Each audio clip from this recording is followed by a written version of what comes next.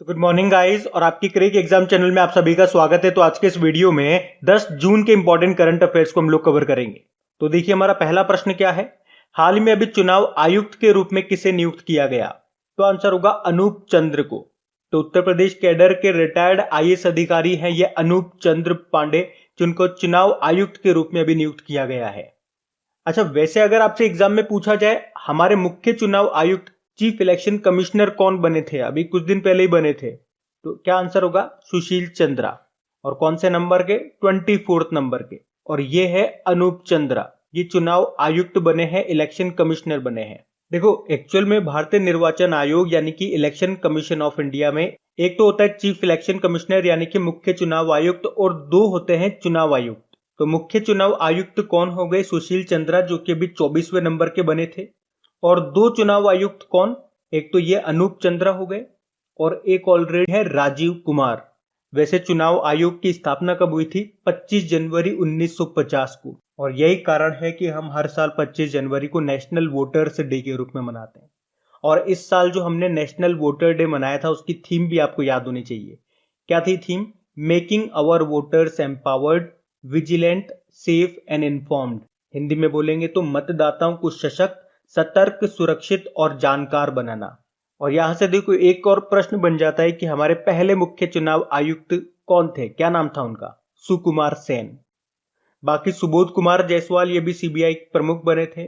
कुलदीप सिंह वैसे तो सीआरपीएफ के डायरेक्टर जनरल हैं, लेकिन अभी नेशनल इन्वेस्टिगेशन एजेंसी का अतिरिक्त प्रभार एडिशनल चार्ज मिला था इनको। और Jagjit Pavadia International Narcotics Control Board के अध्यक्ष बने ये। और इंटरनेशनल नारकोटिक्स कंट्रोल बोर्ड का हेडक्वार्टर कहां पर है? वियना, ऑस्ट्रिया में। बढ़ते हैं आगे। फिर अगला प्रश्न देखिए, देश की पहली इलेक्ट्रिक व्हीकल सिटी कौन सी होगी? तो इसका आंसर होगा केवड़िया।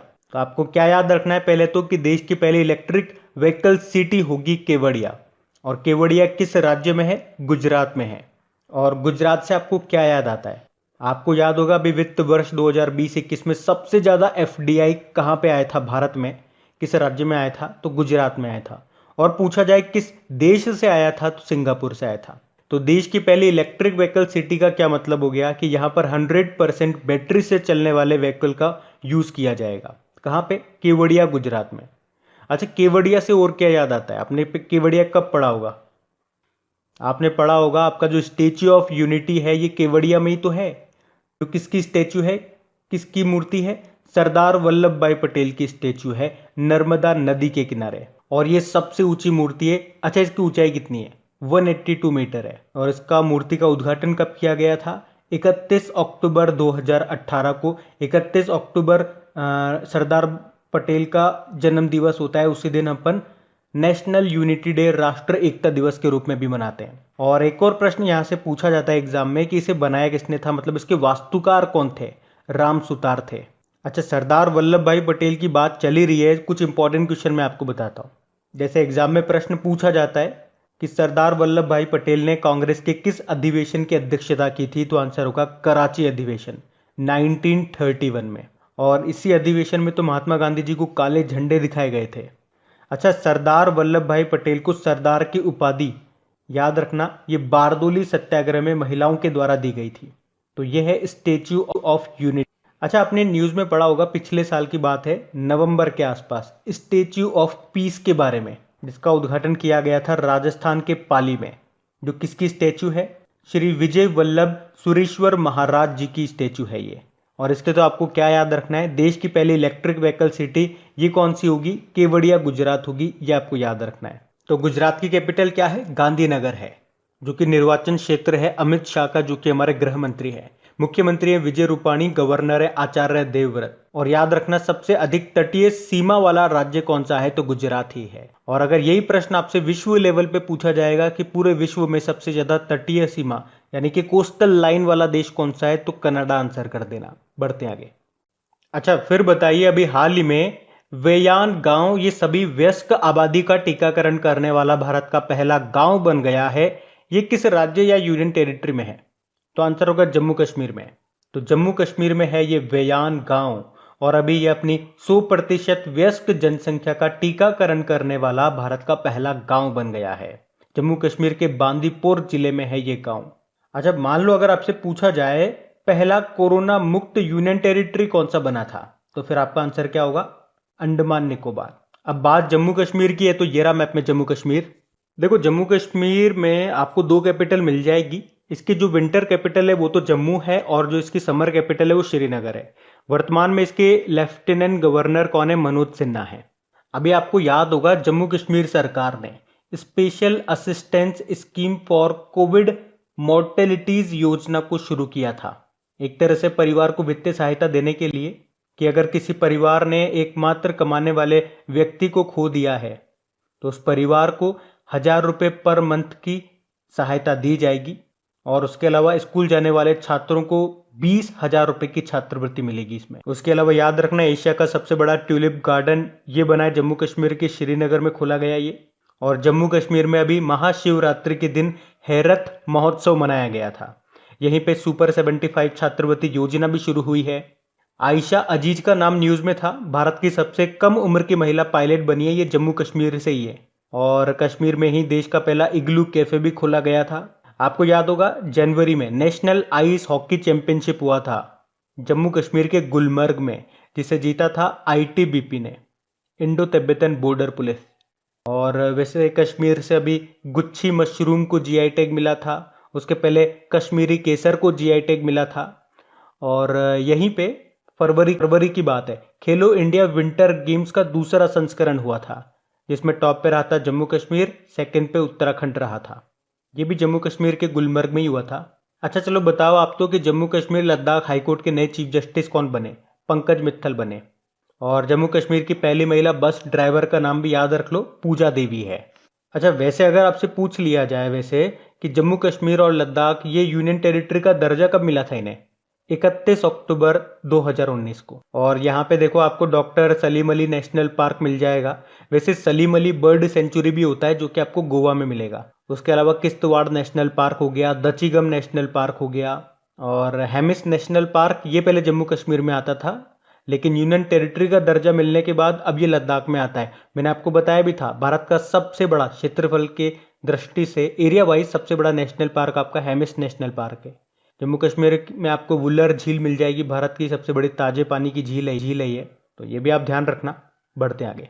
अच्छा बताइए, हाल ही में किस फुटबॉल खिलाड़ी ने गोल करने में लियोनेल मेसी का भी रिकॉर्ड तोड़ दिया? तो आंसर होगा सुनील छेत्री ने।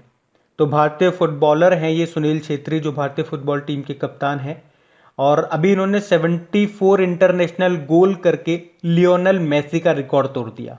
ये लियोनेल मेसी अर्जेंटीना से हैं, और इनके नाम कितने इंटरनेशनल गोल हैं? तो 72 गोल हैं।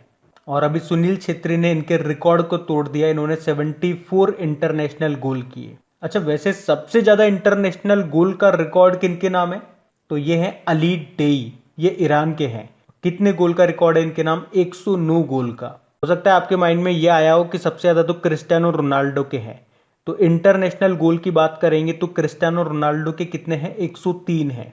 साथ में आप ये भी याद रखना कि सुनील छेत्री ये सर्वाधिक गोल करने वालों की सूची में 11वें स्थान पर है।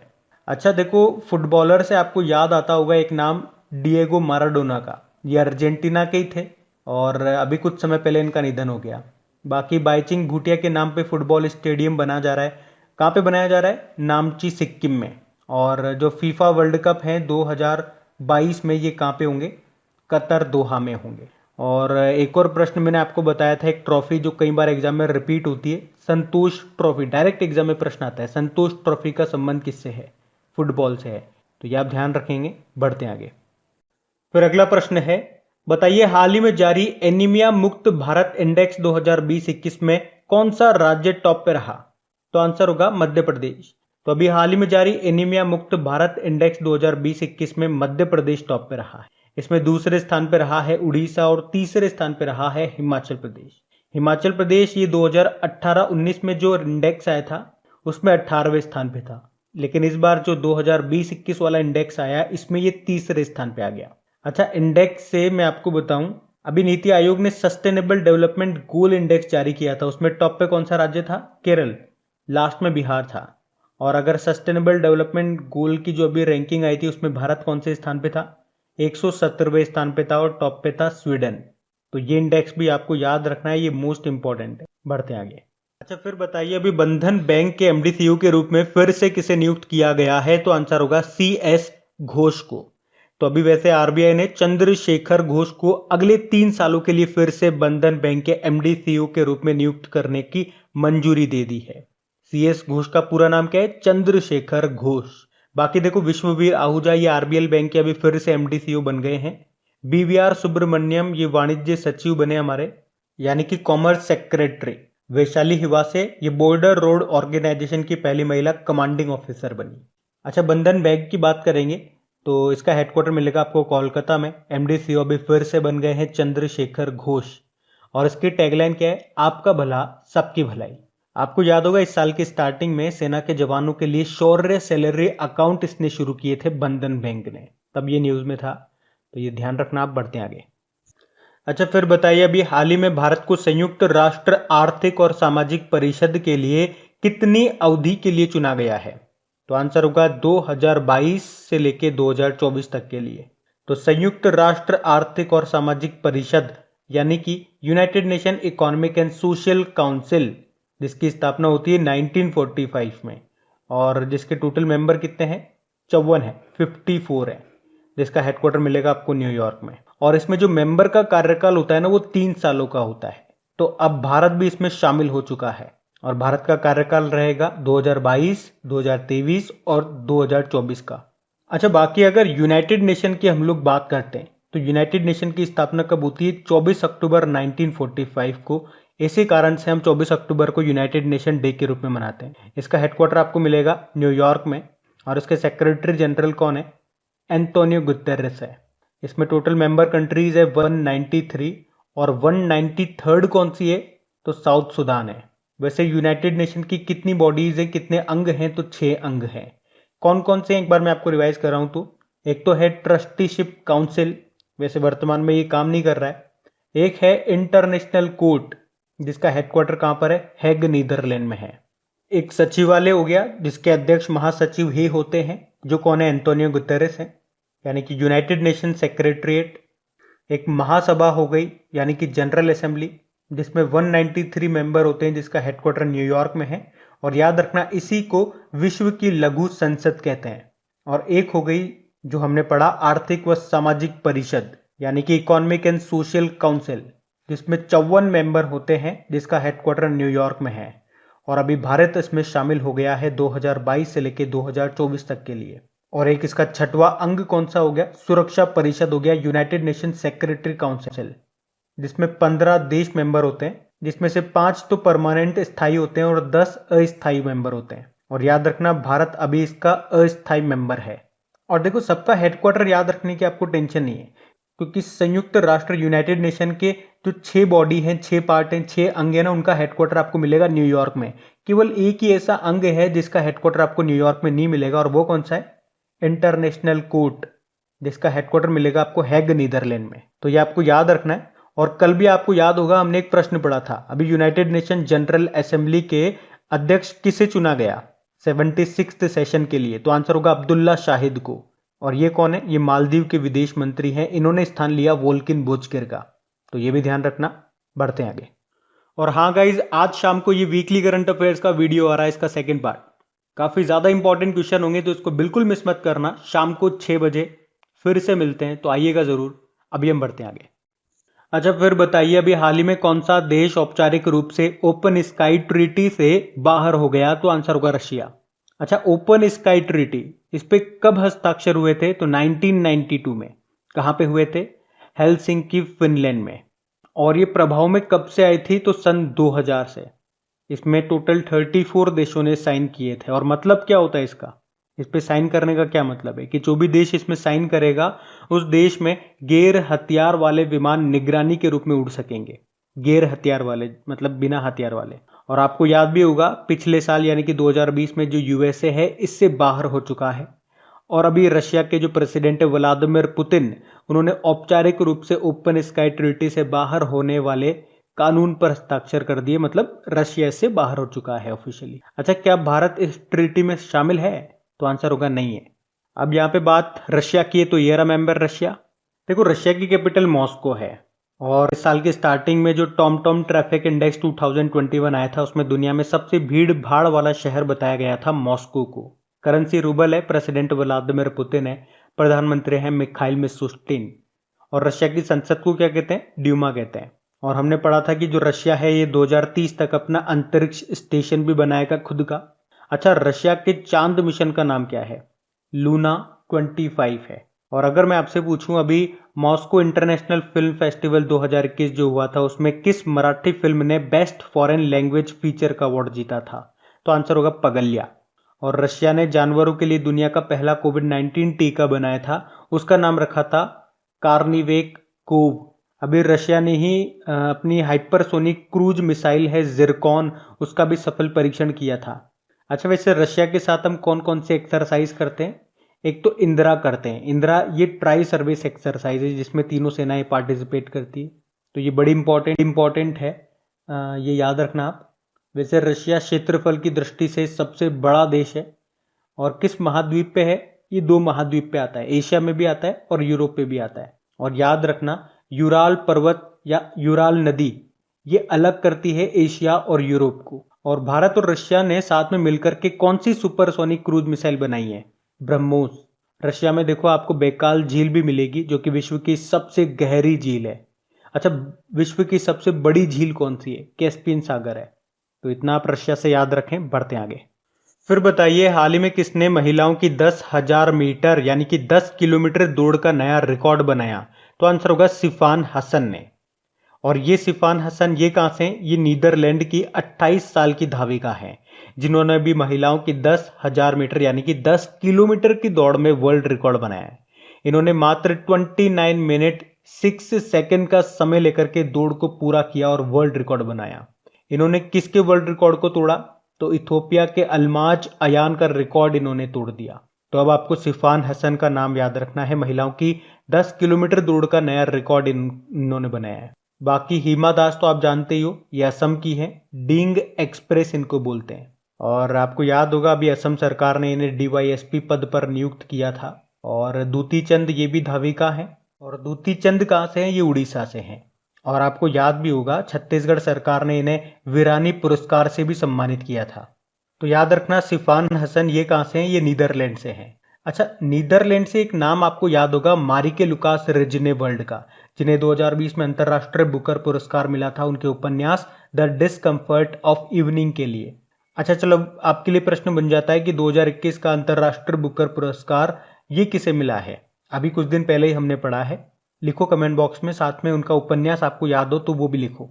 और वैसे उत्तराखंड में नीदरलैंड के सहयोग से हिम तेंदुआ संरक्षण केंद्र भी बनाया जा रहा है। बाकी हेग नीदरलैंड में आपको किसका हेडक्वार्टर मिलेगा? हम पढ़ चुके हैं, इंटरनेशनल कोर्ट का। तो ये भी याद रखना आप, बढ़ते आगे। फिर बताइए अभी हाल ही में विश्व प्रत्यायन दिवस वर्ल्ड एक्रेडिटेशन डे कब मनाया गया? तो आंसर होगा 9 जून को।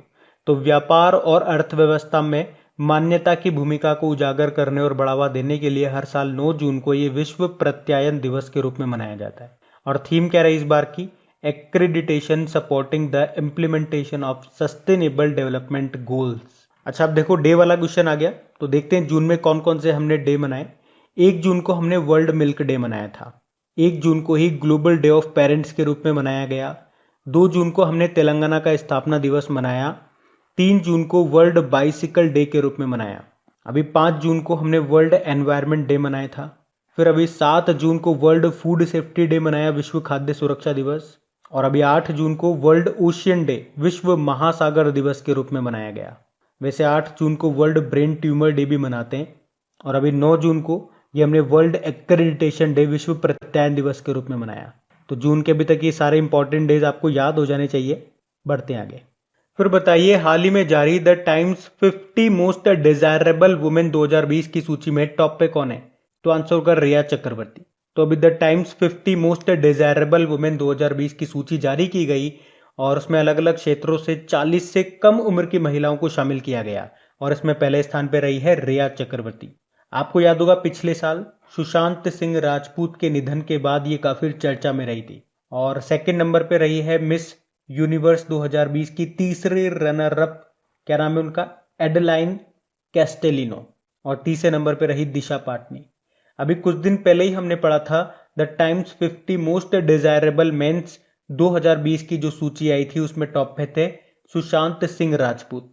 बाकी देखो, अगर आपसे पूछा जाए times person of the year 2020 किसे चुना गया था, तो अमेरिका के जो नए प्रेसिडेंट है जो बाइडेन 46 नंबर के, और वहां की पहली महिला उपराष्ट्रपति कमला हैरिस को। जबकि time kid of the year 2020 चुना गया गीतांजलि राव को। अभी वैसे टाइम मैगजीन की वर्ष 2021 की 100 सबसे प्रभावशाली कंपनियों की सूची में कितनी भारतीय कंपनियों को शामिल किया गया, तो याद रखना दो को, एक तो रिलायंस जियो और एक बायजूस। वैसे अभी Times Higher Education Asia University Ranking 2021 आई, उसमें टॉप पे तो चाइना की सिंघुआ यूनिवर्सिटी रही, भारत में टॉप पे रही IISc बेंगलुरु, जो कि इस लिस्ट में 37 नंबर पे है।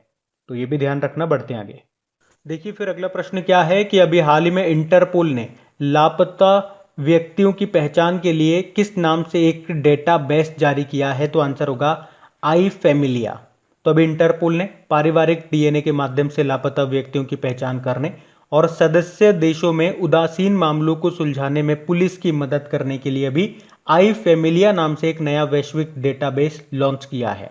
तो ये पारिवारिक DNA के माध्यम से लापता लोगों की पहचान करता है और ये वैश्विक डेटाबेस है जो पुलिस को सदस्य देशों यानी कि मेंबर कंट्रीज में मामलों को सुलझाने में मदद करेगा। अच्छा, इंटरपोल से भी आपको याद होगा, इंटरपोल ने अभी ID आर्ट एप्लीकेशन को भी लॉन्च किया था चोरी की गई सांस्कृतिक संपत्तियों की पहचान के लिए। याद होगा आपको। इंटरपोल की फुल फॉर्म क्या होती है? The International Criminal Police Organisation, जिसकी स्थापना होती है 1923 में। इसका हेडक्वार्टर मिलेगा आपको लियोन, फ्रांस में। जो अध्यक्ष हैं उनका नाम है किम जोंग यांग, और इसका आदर्श वाक्य क्या है? Connecting police for a safer world. तो अब हम बात करेंगे कल के वीडियो में पूछे गए प्रश्न के उत्तर की। तो कल के वीडियो में आपसे पूछा था कि इसने nature TTL photographer of the year का अवार्ड जीता, तो आंसर होगा थॉमस विजयन ने। आप सभी ने प्रश्न का बिल्कुल सही उत्तर दिया। और गाइस, शाम को ये वीकली करंट अफेयर्स का वीडियो जरूर देखिएगा, और अगर सेशन अच्छा लगता है तो इसे लाइक जरूर करना, और अपने दोस्तों के साथ में, जो भी आपका व्हाट्सएप ग्रुप हो गया या फेसबुक ग्रुप या अगर टेलीग्राम यूज करते हैं तो वहां पे अपने दोस्तों के साथ में इस वीडियो के लिंक को एक बार शेयर जरूर करना।